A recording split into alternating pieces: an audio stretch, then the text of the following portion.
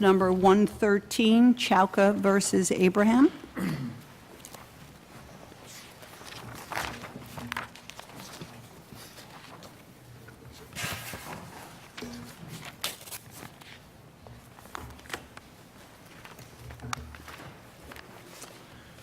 Good afternoon. May it please the court, Stephen Bergstein for plaintiff Veronica Chauca. May I have 2 minutes for rebuttal? You may, sir. Okay. The New York City human rights law entitles employment discrimination plaintiffs to a punitive damages charge if they can prove they suffered employment discrimination. There are some mitigating... What is the common understanding of punitive damages? What is their purpose? Purpose of punitive damages is to punish and for society to send a message and to tell the employer that what you did was not acceptable. Now, the... And deter? And deter. And the federal standard under Kolstad doesn't apply to the New York City law. Kolstad involves malice. A common law, does it require more than the obvious violation of a right? That is the City of New York's argument. I don't think No, that's what I'm asking you.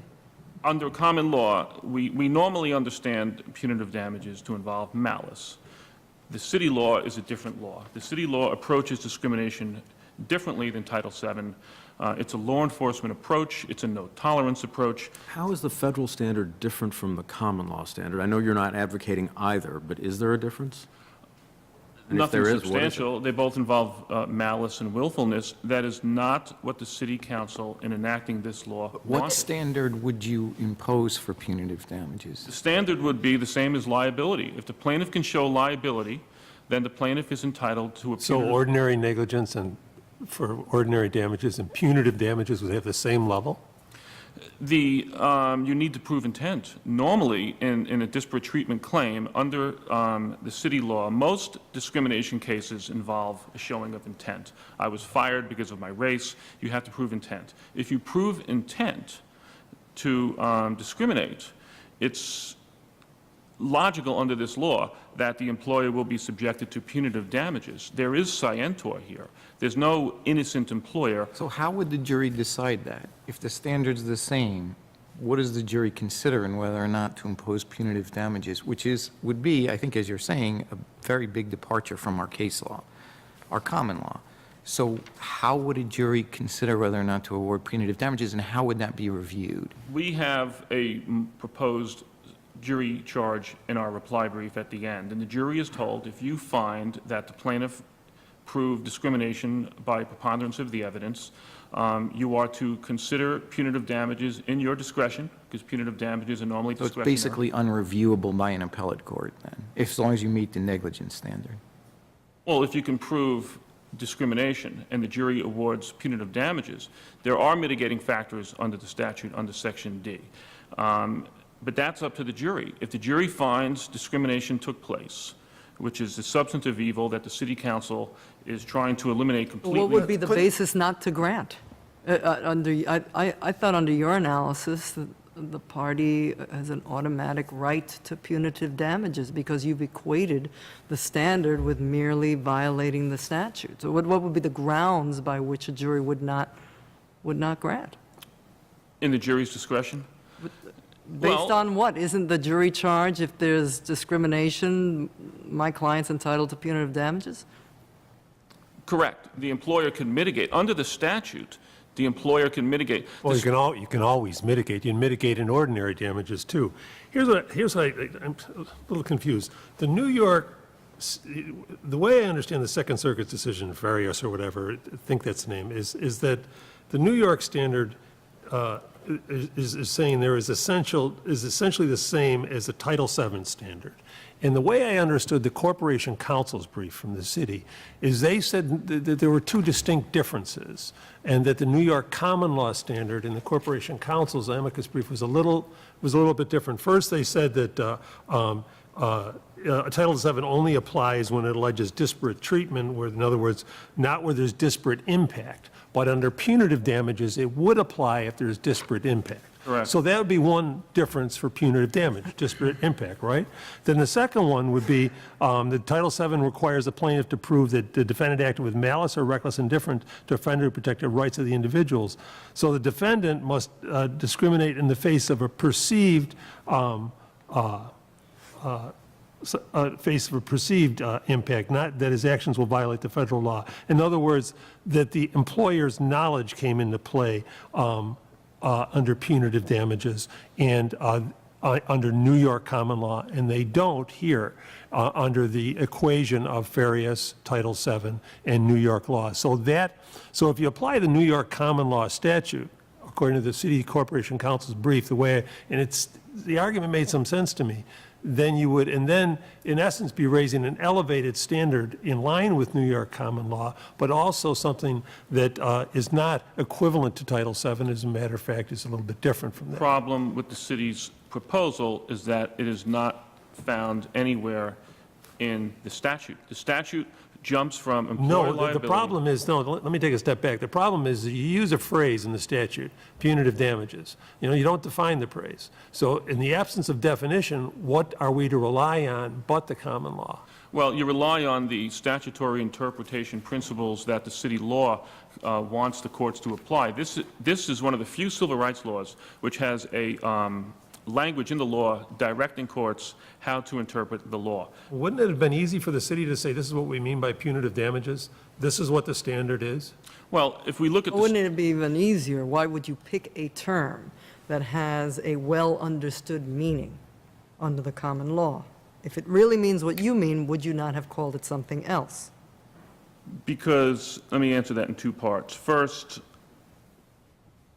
the city commission can impose a civil penalty, which is the equivalent of punitive damages, without a showing of malice, $125,000, which is a lot of money for a non-showing of malice. And then it's double that if there is malice. So the city council understood what it was doing when it set forth the punitive damages scheme. Number two, I thought I'm sorry, you'll correct me. I thought the statute provided for punitive damages without explaining anything else, without defining what it is. You've now said, well, it doesn't require malice. Did I miss something? well, no, under the city commission, when there's language under the statute regarding civil penalties or the equivalent of punitives, you can impose $125,000 without a showing of malice. Okay. And 2 points I want to emphasize. Number one, all the legislative history surrounding the statute, including that set forth by one of the principal drafters, Craig Gurian, Williams, and Bennett and Albunio, tell us that every provision of this statute with respect to every legal problem has to be interpreted in light of... True, but even Gurian didn't take the position you're taking originally. I'm not talking about the amicus to us. But how else can we read the statute? The statute tells us under B... What is, I guess part of my problem is that we know what compensatory damages are. They're to compensate the victim for their expenses and make them whole. And we know that punitive damages are to punish and deter.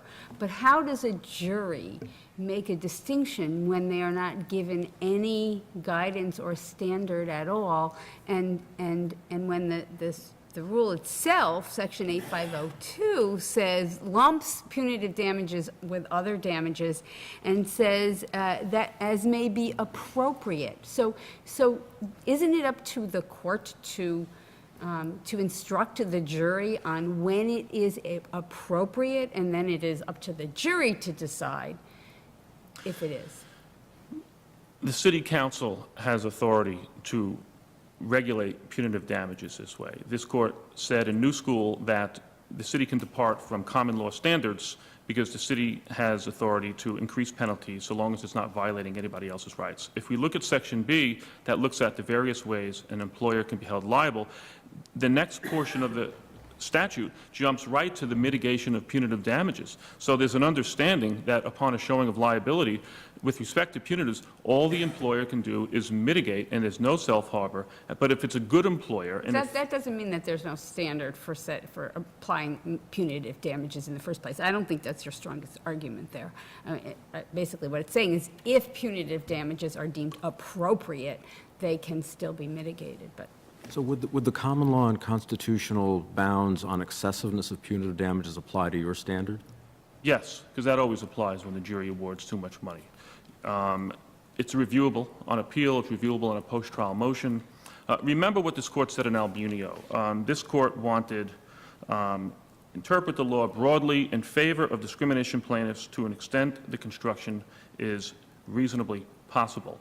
And just because common law says one thing doesn't mean the city council can't adopt a different approach, which this court has said in New School and which the appellate divisions have said in the Bennett and Williams, which also abandoned common law principles on sex harassment. But it is possible, is it not, aligned with the Restoration Act, to read the provisions that you were referring to as saying punitive damages are available to every single person who establishes discrimination, and punitive damages are to be based on whatever's the most liberal, plaintiff-friendly definition available. Because punitive damages are, it's a term of art. It has some particular meaning. Under the common law, but the city is approaching discrimination, anti-discrimination from a different I angle. understand that, but why isn't what I have suggested to you completely aligned with this legislative history and the clear mandate from the Restoration Act? Because that language is not in the statute. Well, The neither city- is what you're describing. So my question is, why is what I'm suggesting to you as a potential construction not one that is aligned with the intent of the city council? I don't think we can assume that the city council left out that language on purpose or by mistake. This is a comprehensive, independent law that is quite different from Title VII, that rejects We elementary... assume that the city council meant anything by not characterizing the Farias case like it did other cases as wrongly decided? It doesn't have to. The city council rejected the McGrath analysis, where every time a bad decision comes down, you have to enact an amendment to the law to reject that opinion. You don't have to do it anymore. The point of the Restoration Act, the point of the 2016 amendments was this has to be independently evaluated with respect to every So provision take nothing from that. in every case. Thank you, Thank counsel. you. Counsel? May it please the court, Arthur Foreman for respondents, Jamil Abraham, Park Health Center, and Anne-Marie Garrix. We are presented with a case of statutory interpretation. We have a statute that was passed by the city council. It included punitive damages, and appellants want to argue that in every case where a person, where the issue of discrimination is sent to a jury, the punitive damages can be considered in the same sense as attorney fees, compensatory damages. What standard would you have applied? It is difficult to see the difference between the common law in the federal courts and the state courts. What if there but is a one of them difference? should apply. What if there's a difference and the common law is more plaintiff-friendly? Would you agree that that's the standard that should be applied? Absolutely. It's clear that that New York City Council intends to be as liberal and as broad-minded as possible to eliminate discrimination. That's not an issue. The question is more like, is there a type of discrimination that does not deserve punitive damages? A type of employment and discrimination that occurred, and yet there was no malicious intent Let me and ask you egregious about, conduct. let me ask you about that then, because subsection 810713F says that an employer who otherwise would be, I'm paraphrasing, but an employer who otherwise would be liable for punitive damages cannot be liable for punitive damages if that employer adopts the rules that the commission promulgates. So doesn't that suggest to you that there is a way that an employer under the human rights law can avoid punitive damages, but the city council has determined that it requires them to adopt the commission's promulgated rules? If they adopt some rules less than that, but they are rules, then they fall under subsection 13E, which allows them to mitigate but not entirely eliminate the punitive damages. It's our contention that appellant is stretching that law. The statute, the paragraph 13 is entitled Employer Liability for Discriminatory Conduct by Employee, Agent, or Independent Contractor. It's clear that that entire section 13 deals with vicarious liability. There was no vicarious liability under common law for malicious acts of an agent or employee, and clearly the city council wanted to overrule that and impose vicarious liability on, let's say, for example, the employer, in this case, Park Health Center, for the malicious acts of Dr. Abraham or Anne Marie Garrix, their employees. And it said that the employer could avoid that type of liability even if the employees are liable, and including punitive damages. The statute doesn't even address the liability for the employees themselves, who are liable under the city council's city human rights law. So the appellant. Wouldn't it be a little bit of an incongruous result for the city council to say an employer who's vicariously liable can avoid punitive damages only if they adopt the commission's procedures, but the actual offender, the violator, isn't liable for punitive damages at all, or maybe is liable only under the common law? I mean, it seems to be then punishing the employer who maybe even lacked knowledge and employed some procedures, though not the ones that the commission promulgated, more severely than the actual offender. Right. Again, 13 would not apply unless there could be punitive damages charged to the jury, so that not in every case would there be a punitive damages charge, and 13 wouldn't come into play. This statute is only ameliorating cases where the employer is charged, possibly with punitive damages. But you can't reverse that and say, oh, this statute shows that the city council wanted to impose punitive damages in every case where charge of discrimination goes to the jury. It's respectfully submitted that there are cases of discrimination that are worse than others. A person who is subjected to But isn't constant... the legislative history of the city human rights law clear that all discrimination, put aside what I think you're going to argue about degrees of discrimination, all discrimination carries with it not just the individual, which I think is more about your point about the degrees of discrimination, but this public harm that all of society suffers with every level of discriminatory action, intentional or not. Doesn't matter, because the statute covers impact. Isn't that very clear? So I'm troubled by where you're going with this argument and why I've interrupted you. I want you to address that legislative history. That's clear, that the council doesn't want any type of, wants to eliminate the types of discrimination that's in the statute, and that it wants to do it not only for the plaintiff, but for the city as a whole. Doesn't that weigh then in favor of Ms. Chauca's counsel's argument that what you want to do is ensure that punitive damages are indeed imposed so that you have the greatest effect on, eliminatory effect on discriminatory actions? If the city council wanted to do it, and that is a departure from the common law, and it would have been a drastic measure, they could have done it, but it's our contention that they didn't do it. It's not in the statute. There's no Let's say no we definition disagree of it. with you, that, which I think is what you're arguing here, that Title VII and the common law are exactly the same standard. Let's say we disagree with you on that, right? And Not we see exactly. that there is a difference. The You were going to argue what that rule then should be, with this assumption that there's a difference. What would then your other position be? Well, it should, that the state common law would apply, and it includes maliciousness, it includes reckless disregard, Well, gross negligence. maybe it does, but to follow on Judge Rivera's question, if there are findings by the city council that New York City particularly thinks that discrimination is an awful thing, our decision in Home Insurance Company versus American Home Products Corporation says, with regard to punitive damages may be considered expressive of a community attitude towards one who willfully and wantonly causes hurt or injury to another. And essentially, the city council has made that sort of a finding about that, the community of New York City. And we don't say, in that case, we don't say criminal recklessness or anything like that. We say conduct which manifests a conscious disregard of the rights of others, or conduct so reckless as to amount to such disregard, and we're talking about intentional discrimination here.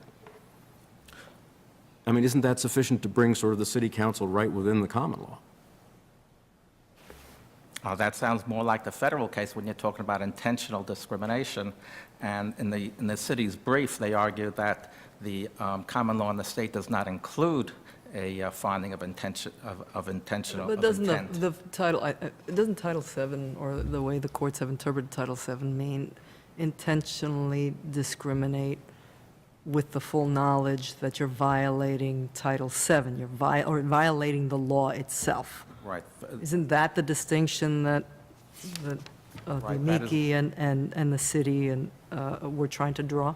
Right, the city's saying that should not be included in the state common law, which does not, or that the city council would not want that in the charge to the jury. But aren't they also saying that New York doesn't require the defendant to be specifically aware that his conduct is in violation of the law? And that's one of the two distinctions that make the New York common law more liberal than the Title VII punitive damages standard. Well, the common law is even, it seems to be more strict than the federal law, in that cases have said it's practically more in the line of I don't know if I'd count on criminal that. actions. I don't know if I'd count on that. I don't know if that's exactly true. That's not the way I read the brief, but okay. I understand your argument. The respondent's point is that there should be some discretion for the trial court. There should be a case that does not allow punitive damages to go to the jury. If there was a finding that, if the trial judge decides that the... But we want to be sure that the trial judge is doing that under the right standard, right? Well, there should be a standard. It's not just pure discretion. Well, I don't think so. I mean, there has to be a basis, a grounds for that, right? Right, we're saying it should be taken either from the federal statute, from the federal standard or the state standard, but there should be one, whereas appellant is saying that as long as there's a finding of discrimination, the jury gets to decide how much in punitive damages should be awarded. We don't think that's a standard. Thank you, counsel. Welcome. Mr. Bergstein? 3 points. Why is our formulation reasonable under Albunio? If the employer complies with the factors under D and undertakes in advance the anti-discrimination measures and policies and practices, which is what the city council wants, there probably won't be punitive damages, because there probably won't be a lawsuit, because there won't be any discrimination. If the employer takes its obligations seriously, which is exactly what the city council wants to do. Number 2, I don't see any requirement that a punitive damages test needs to have a heightened degree of scientor. We understand punitives generally because we've all been brought up to understand that punitives involve malice, but the city council is not required to adopt that standard, and there's nothing in the statute that makes reference to malice. And as I mentioned earlier, somebody can be found, somebody can be hit with civil penalties without a finding of malice. At a minimum, which is one of the reasons the Second Circuit sent this case over here, I don't think it can be a federal standard. The federal standard of malice and willfulness has no place in this statute, which has very different goals at combating the problem of... So let's say we agree with you that Title VII is inapplicable, given the legislative history and the clear mandate of the Restoration Act. But let's say we disagree with you that violation of the statute makes every single defendant subject to punitive damages, that there's some standard that needs to apply beyond just a finding of discrimination. What would be your alternative rule? If you knew that we couldn't agree with either one of those, what would be your alternative rule? My alternative rule would be the one advanced by Craig Gorian, the reckless disregard of the possibility of harming the plaintiff. That's in his amicus brief. That also departs from the federal standard. It probably gets us to the same place, because if you are found liable for discrimination, there probably was reckless disregard at a minimum of somebody's entitlements.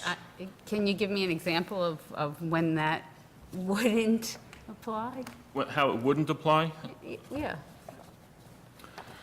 That's hard, because usually if the jury finds So discrimination... isn't that really going back to your original proposal? Well, it's a little more nuanced than mine. My proposal is easy to articulate, and it's easy to apply. Okay, but I think that what the court is trying to determine is that is there something between that and the federal standard, or even that and the common law standard? Well, the Gorian That is workable. standard involves recklessness, so there's some degree, there is some mental state involved. Reckless disregard of causing the plaintiff harm. It's different from ours because we have some scientor there. But in the end, I don't know if there's a substantial difference between the two, because you're still hurting the plaintiff, otherwise it wouldn't be a lawsuit, and you're still going to have a finding of discrimination, which is, as we mentioned, an evil that the city council is trying to root out, root and branch, and one way to do it is to have strong penalties to deter discrimination from happening in the first place. Thank you, counsel.